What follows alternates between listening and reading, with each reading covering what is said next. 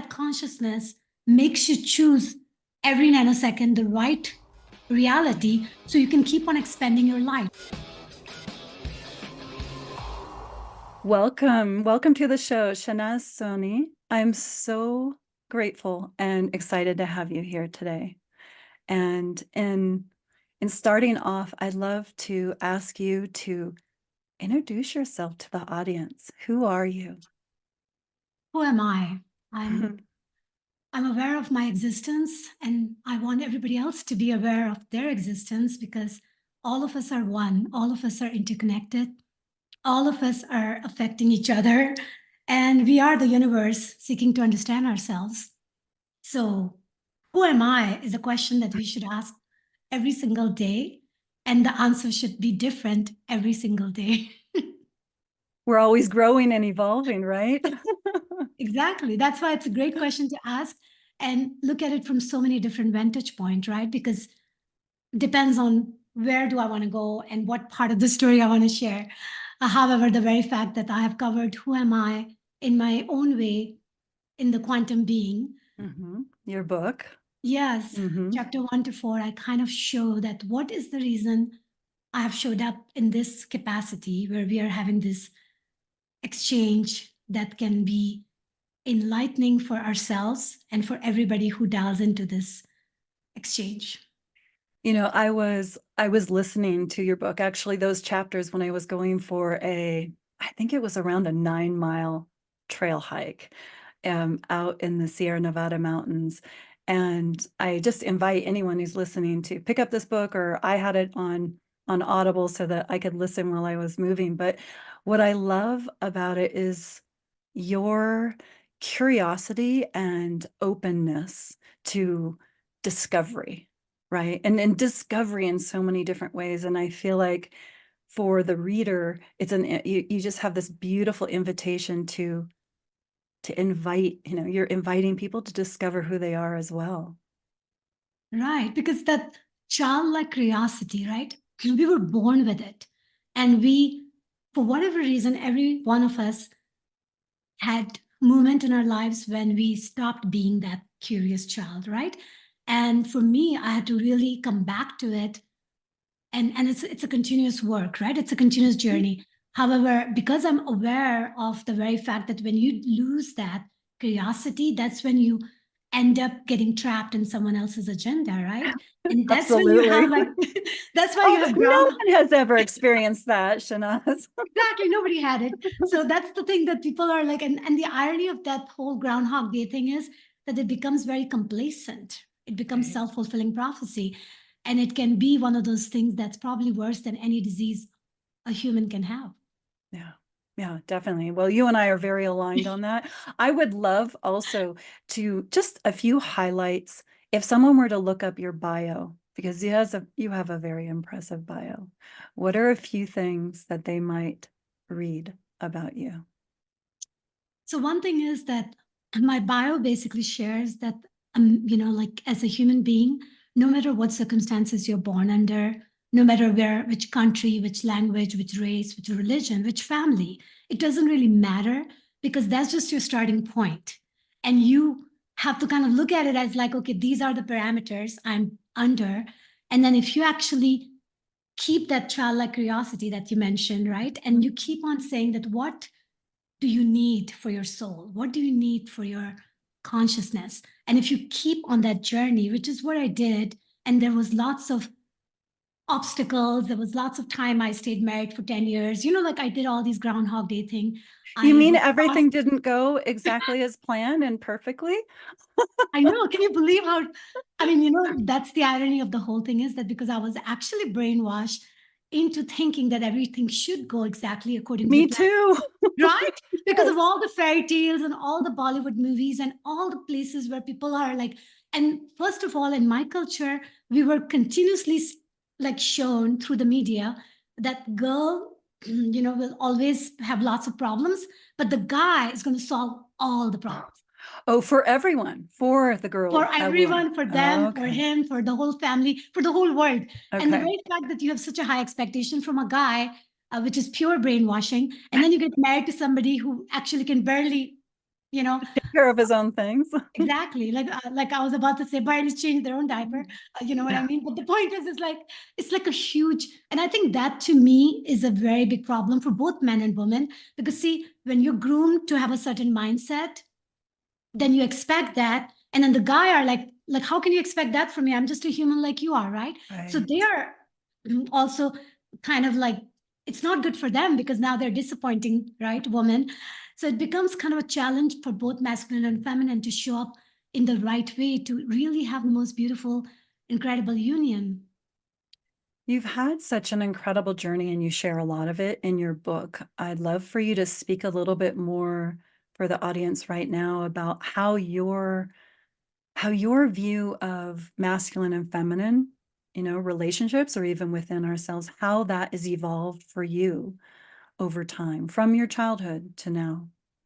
Yeah, it's been quite a journey. One of the things that I've realized that, and Kabbalistic teaching highlights the fact that we each has masculine and feminine within us, Mhm. right? Yin and yang duality. It's all encompassed in every one of us.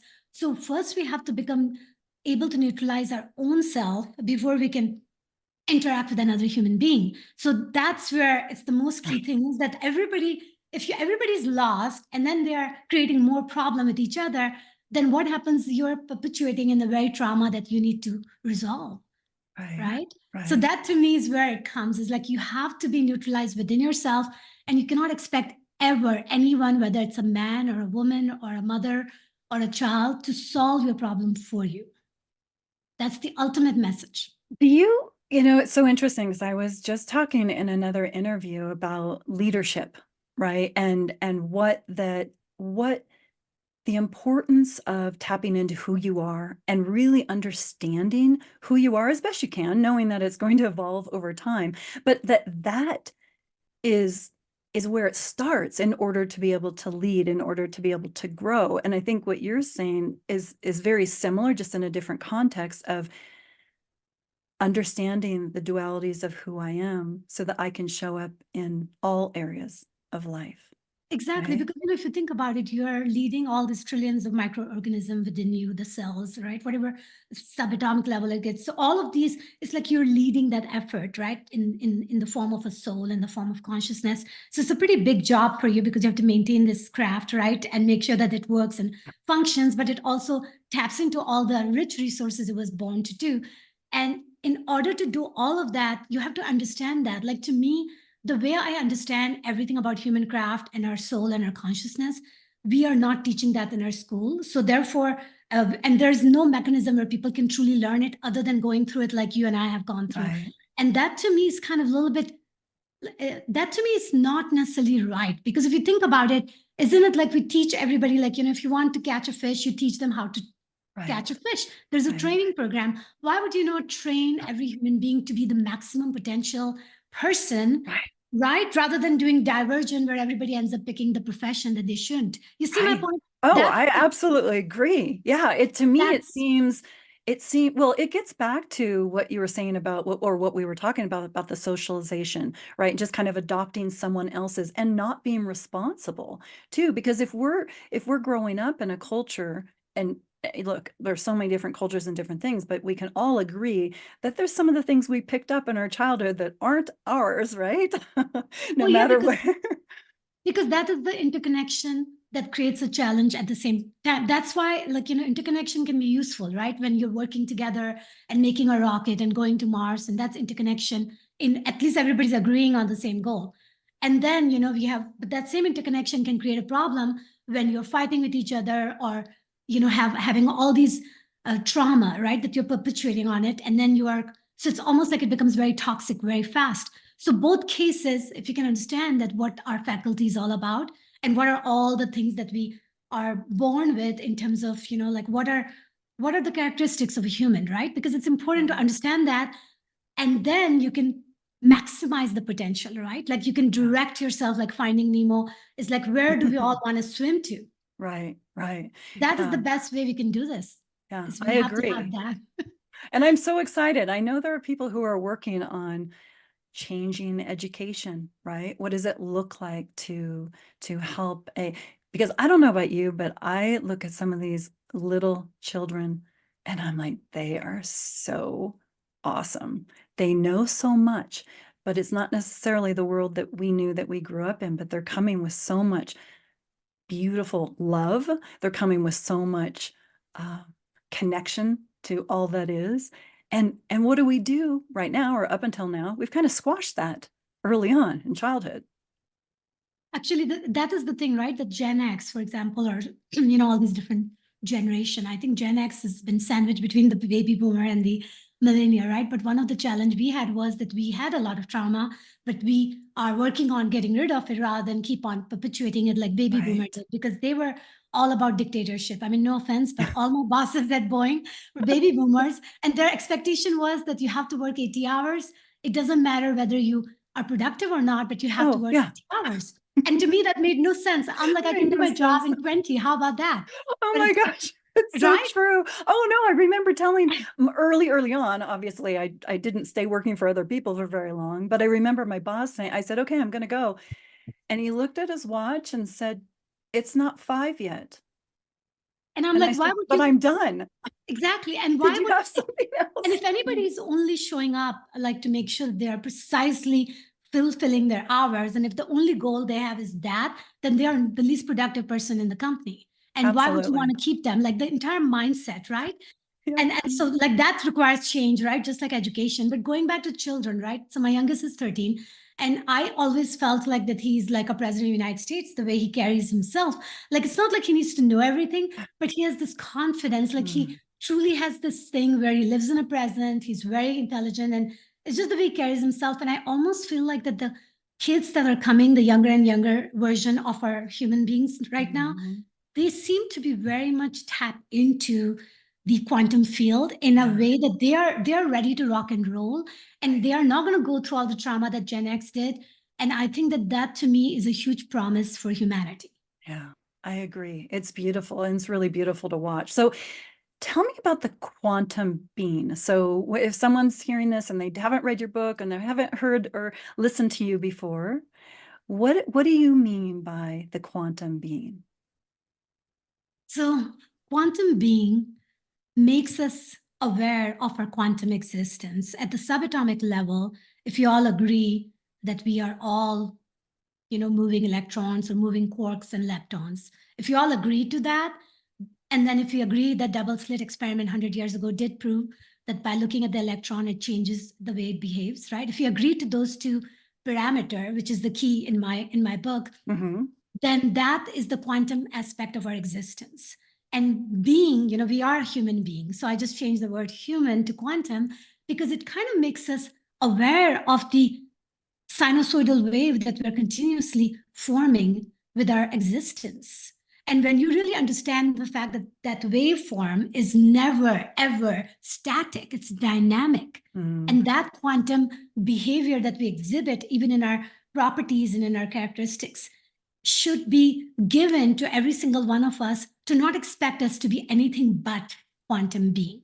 mm, And when we have all these problems in our world because we truly don't understand what human being or quantum being is, because we have expectation from someone who is continuously having to co-create the universe with their existence, with their vibration, with their frequency, to actually be collapsing with certain contracts, right? Like every mm, single thing that we do, like even when I listen to some of the Indian songs, right? It's all about like, and of course, I'm very much into love, right? The love that mm. you find that you can be with. I would love that. But the very fact that there was a song I was listening to and the guy was saying that you make sure you stay with me no matter what. I'm like, okay, there's a problem with that. Because you know what? At the end of the day, that is what I'm saying is that, you have to choose to be showing up in someone's life every single nanosecond because you really want to, not Right, because you have to.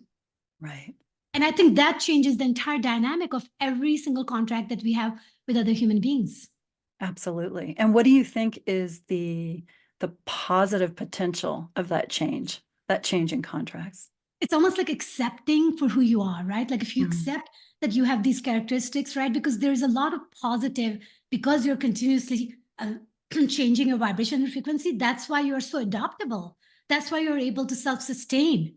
Because if you wouldn't have had these parameters, you would not be able to survive with what's to come in our world, right? We have so much continuous changes happening in humanity, their consciousness, with technology, with AI, with all the thing that's coming in our way. And if you don't adapt and dance with it like everything else is, then we are going to ultimately be overcome by whatever is more adaptive. I love that, and I think the adaptation that you talk about is so important right now because the changes that are happening more rapidly, right? And so as we are, learning how to adapt and evolve and look at things new ways and learn more about ourselves in the process, it's almost like the external world is putting pressure on us to do it more quickly. Would you agree with that? Yeah, but you know what? The quickly part is where we are going to, that's what I actually teach. That's what I exhibit. And that's what I would share right now, that every one of us should decide how we want to show up in the world. And we should not be attached to the quickly part of it, because the time is an illusion. Time was Right. meant to be a tool for us, not the other way around. We're not Right. supposed to be enslaved by time. We're supposed to use time as a gift, as a way to trace each other, right, into material existence. So yeah, so to me, that is what I'm doing, because I always had very high expectation of myself, okay, which is the reason my resume looks really good, right? It was funny because I was dating this one guy, and then I shared him my resume, and he said that your resume is like the most incredible, like a user manual, like some sort of like a beautiful, like he used a different analogy, and he said that my resume looks like a coloring book compared to you. And I thought that was hilarious, because he was just like he was overwhelmed with that, right? But the point is, it's partly because I was following whatever the successful perception is, because I'm glad that I followed it, because I would have not realized that that actually was false. I had to go Right. all the way there to the dangling carrot, right? For me, and that's why I always encourage everybody that whatever excites you, do it. No Yeah. matter what, the whole world can judge you. If you want to make $1 million, make it, please. Do it. Right. Because you Yeah. have to get there so you can have different vantage points. And that's the only way they can even find all the available channels, because some of the channels are going to be available to you depending on where you are in your vantage point, right? And Right. every single time when you move your mindset, when you move your perception, when you move your understanding, then all the different channel opens up. Right. And let me ask you this, if there is someone listening right now who maybe, maybe in their late 40s, maybe in their 50s, and they're thinking it's too late for me. I'm getting back to your idea of time being an illusion. And they're thinking it's too late for me. What would you say to that person? I would say, too late for what? That would be my first question, Mhm. because whatever you want, like, I mean, there's a reason you want it. So to me, if you like, I always ask people that if you have like a 1 month to live, what would you do? And everybody completely reprioritizes their entire life. But if you really think about it, we are truly very, very delicate species, right? We can easily disappear for many reasons, right? Disease or Mhm. accident, or something happens, or our heart stops working. So at the end of the day, we don't even know how long we're going to be existing. Right. So Right. then, if you really want something, and the very fact that you say too late, then I'm like, you are the one who's coming in your own way. So why do you think at least I find it in my work, a lot of people have that sensation, right? And I love what you said. I used to do some work in hospital settings in palliative care, ER, ICU. So people who actually were being told they don't have, even at 28, 29, they don't necessarily have more than a few months sometimes to live. And so I've been so honored to witness that transition for people when they're facing death a lot earlier than they think. And my question for you, and I've thought about this a lot, is why is that such a challenge for so many of us to really choose who we want to be and what we want to do in each moment? It's because we let other people decide what our fate is. I mean, the very fact that, according to me, by the way, and I'm going to be very honest with you, is that the doctor, no matter what they see, they can see biologically that there is a concern, and they can communicate that based on the track record or based on the data that we have seen, because they can never be 100% sure when somebody's going to die. So for them to Right. make any kind of assessment that you have 2 months to live or 6 weeks to live is kind of putting a spell on them. And the irony is Mm, that these people are already very vulnerable, right? So of course they're going to take the doctor's word for it. And now they're going to make sure that they die within the precise time. True. Right. Especially if you're someone who is somewhat intimidated by the medical field and that's a pronouncement, there definitely is a sense of it, this is truth, right? And this opportunity to tap into so much more. I love that you touched on that. And I'm just curious, in your lifetime, have there been moments where you've been on one side or the other, made the shift where you were starting to buy into something and then you made the shift out of it? I know there is. I know there is in Oh, your like history. all the time, right? All the time. Though the good thing is when you've done it enough times, you become really good, right? Like now, like I was like, I had to 10 year, I had to stay in a marriage for 10 years to figure out that there was challenges, right? I'm like, okay, I'm not going to wait that long. Now it's like Right. a one date and we're done. I'm just kidding. But it's like you No, evolve, right? I know exactly what you're saying. We can go down that path. I tried for 20 years, Shanaz. Really? Yeah, Okay, so and it you still know how didn't work. And so I exactly. know. Now you've become so smart that you can smell it from a mile away. You Yeah, don't even get to have a exactly. dinner with the person anymore. You don't need So to. it's like, holy shit, what has happened? But yeah, so I think that, and I think that to some extent, when we're in something, because whenever we're buying in, right? Because to me, it's like we're buying in someone else's, you know, illusion. Because like even with the doctor and the patient, they're giving more power to the doctor than their capacity to heal themselves. And I think to some extent we all like to give power to others. You know why? Because responsibility is not fun, right? So I always tell my boys that the freedom and discipline, they're kind of right there next to each other. So the more freedom you Absolutely. want, the more discipline you need to have. And to me, that dance is the most beautiful dance when you understand that. So to some extent, we all want to be lost and have somebody else do the work, Well, and they're it gets back to what you were perfect. sharing about when you were growing up in childhood. You just find that right man and he takes care of everything, right? Oh my God, it was such a beautiful vision. And then There's no responsibility at all. there's no responsibility, at least not for your life, to get completely messed up, right?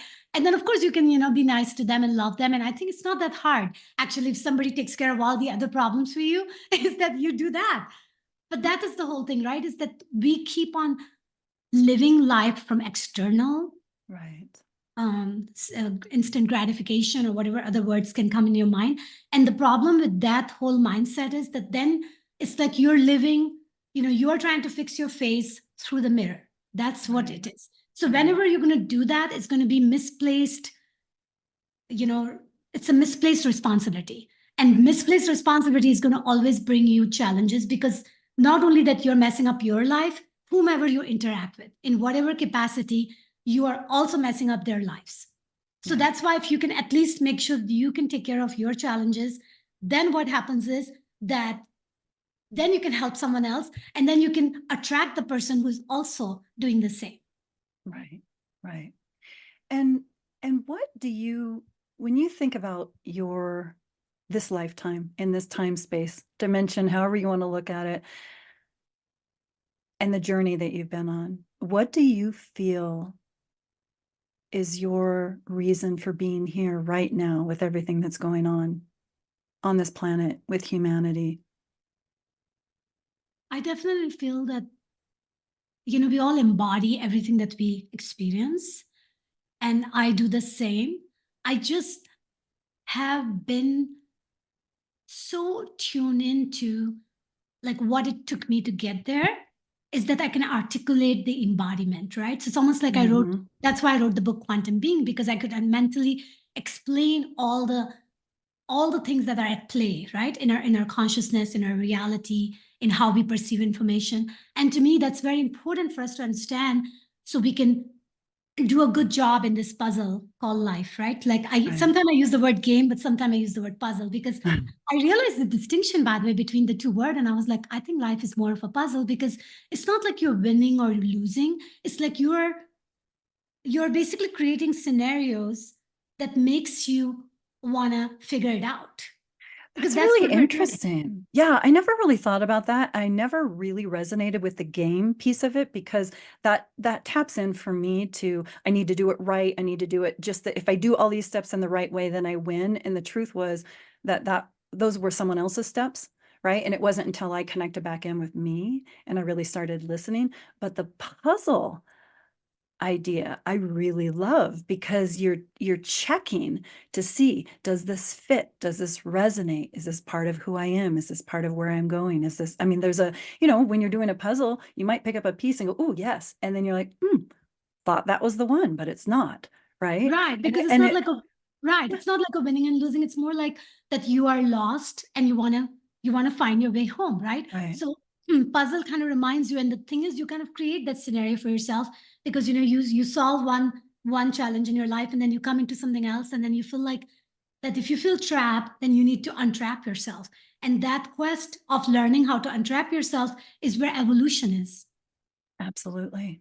And I love, and that's what your book is really about, is helping people to tap in, to look in, and to evolve. And I just I want to speak to something that maybe the audience is noticing. And you have a very vibrant energy around you.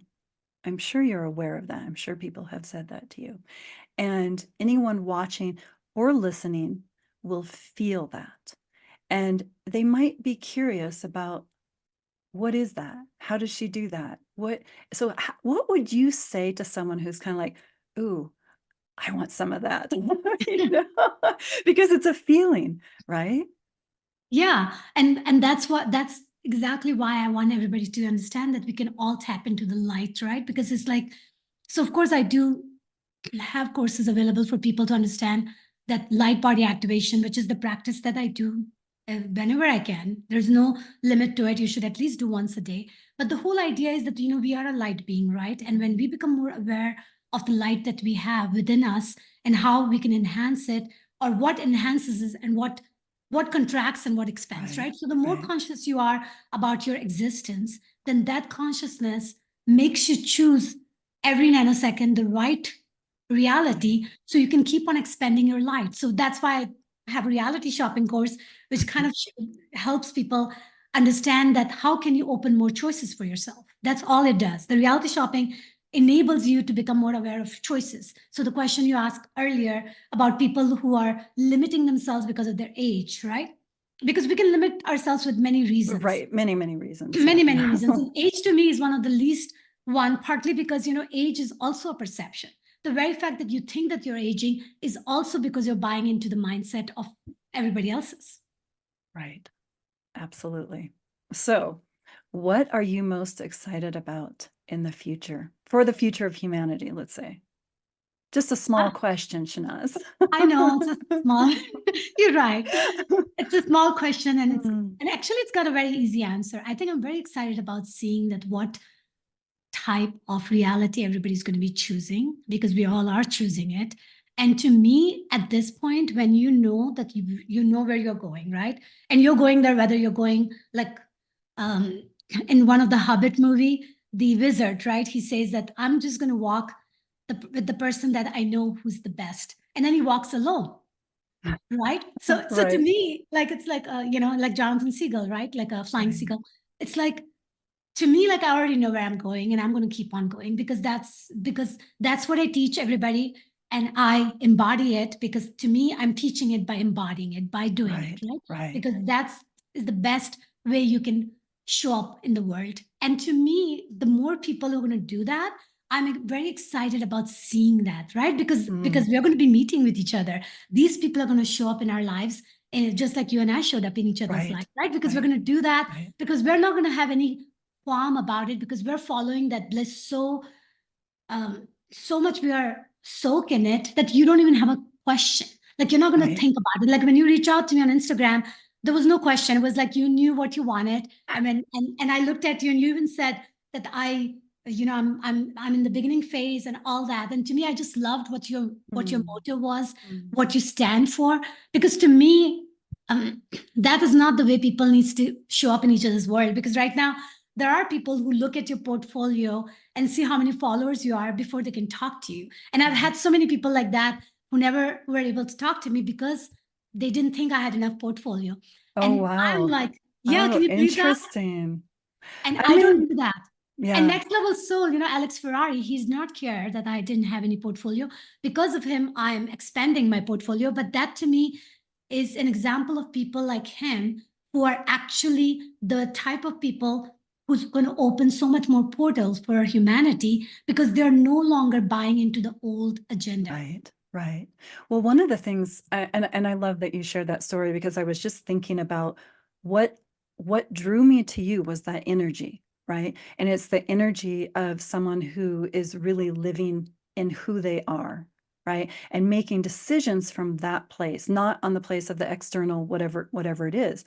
And that I've learned, and just so everyone knows, yes, I just messaged you and said, hey, this is the truth. There's something about you, and I really, really would love to interview you.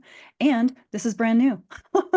Yeah. So come aboard or not, and not being attached to it, and knowing that if it's the right puzzle piece, let's go back to that it will fit. And if it's not, okay. Exactly. Right? And it's such a different way of living.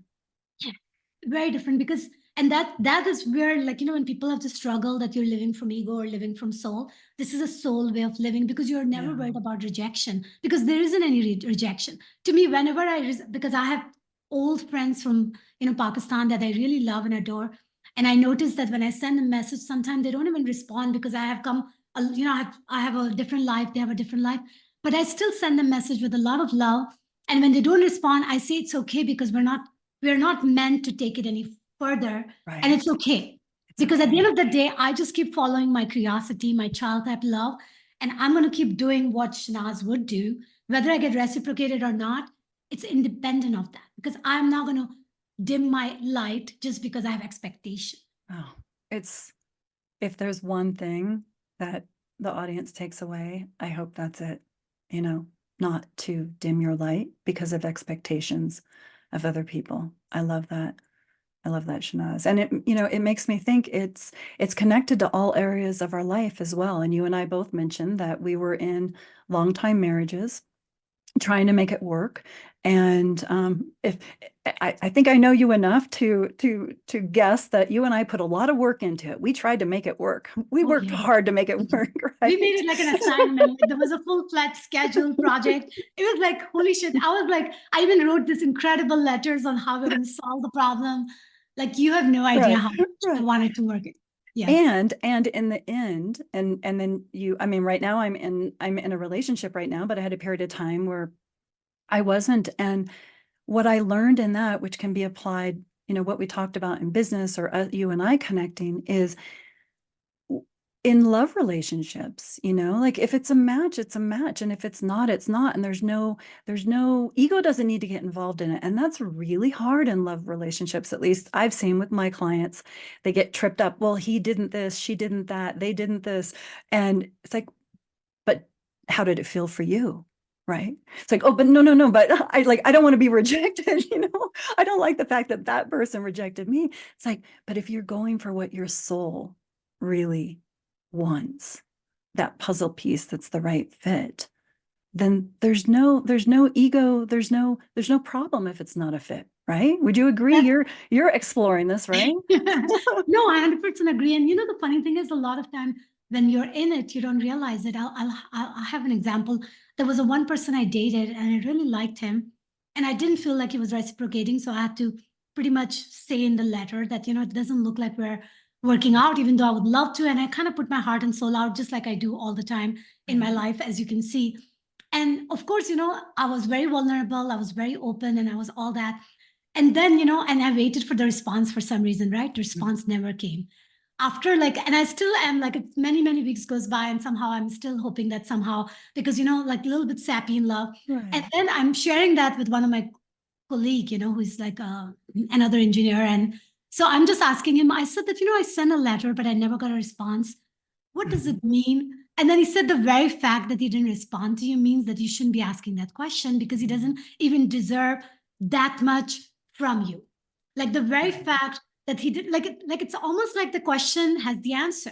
So if somebody's coming to you and saying, I even knew a friend, she was brilliant. She was the most intelligent person in Pakistan. And she was spending a lot of energy trying to make sure that her husband doesn't cheat.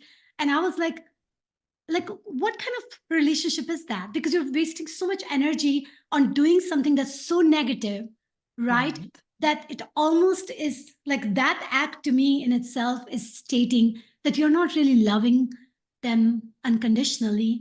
And then whatever you expect from them is not going to happen, because whatever you give, I mean, it's like the give and take is happening at the same time. Right, right. And that the attempt to control whatever it is, whether it's another person, whether it's external circumstances, can really take up a lot of space if we don't pay attention, right? Right. And you're spending your energy doing something that is not good for you at all. Right, right. So what would you say to someone who loves the vibe that you bring, understands left brain understanding of the words that you're saying and what we're talking about, but has no idea of that first next step? What would you say to that person? I would say that the fact that you know what you like, right? The fact that they like seeing people who are uplifting or seeing people who are embodying what they want to embody, then that's the step number one. Because it's like, good. Now you need to make sure that you like something, means you want to attract that in you.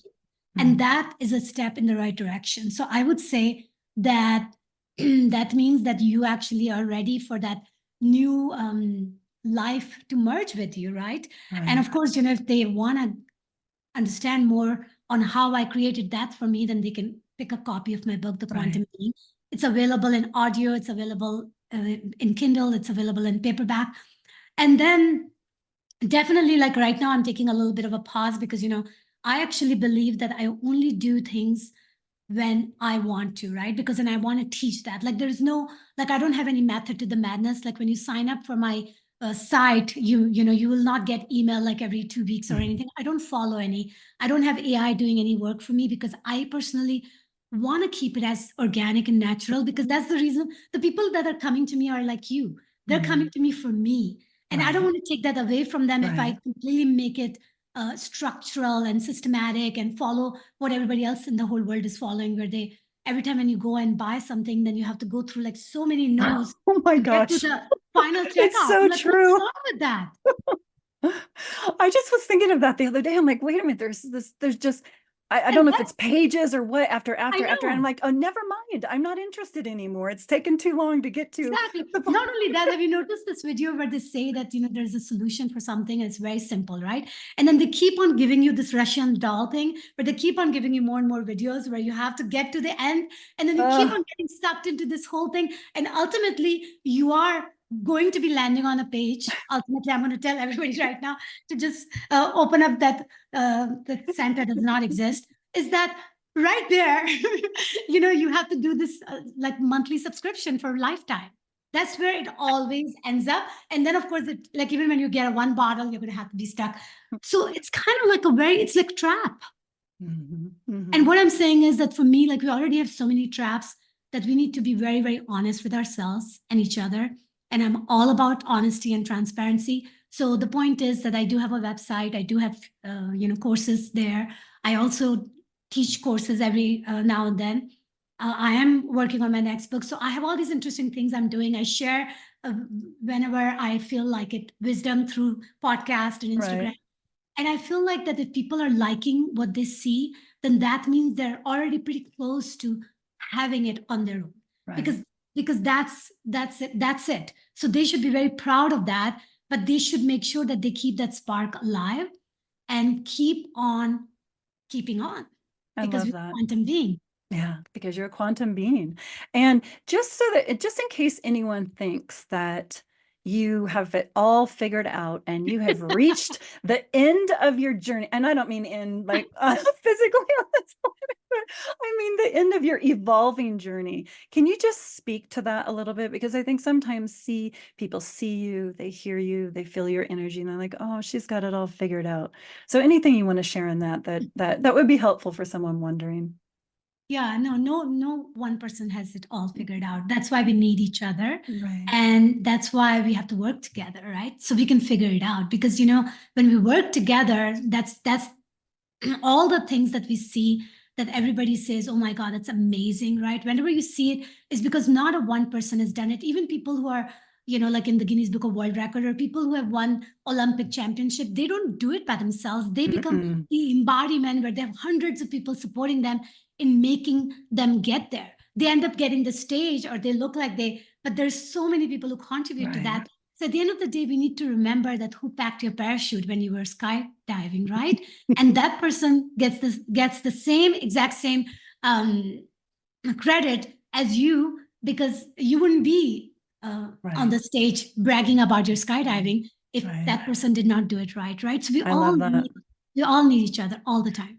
So you're making me think, look for opportunities to ask for and receive from others, as well as to give and to provide to others. I love that. And that's something that anyone can do at any moment, starting right now. Right. And then when you combine that with what we just talked earlier about the expectation, right? Yeah. Is that when you don't, right? Oh yeah, so that's important piece. To do whatever you if you're broadcasting love, and if you're not getting love back, then that's okay. Yeah. Don't stop broadcasting love just because you did not get it, because that's where then you're letting the external decide whom you are going to be internally. And that is where the sabotage happens. And we want to keep shining our light as bright as possible. Absolutely. So I want to ask you, as we're starting to wrap up, if there were one message, because you've given a lot of messages, but if there's one message or something you want to add that I didn't ask you about that you want everyone in the audience to hear or to know, what would it be? Just follow your bliss. Without any judgment, without any expectation, without any agenda. I love that. Follow your bliss. Shehnaz, thank you so much for being on the show. I am so grateful you said yes. I love your energy, and I look forward to what you and I will be creating and potentially co-creating in the future. So thank you for being here. Thank you, Laura, for this quantum convergence. Love it.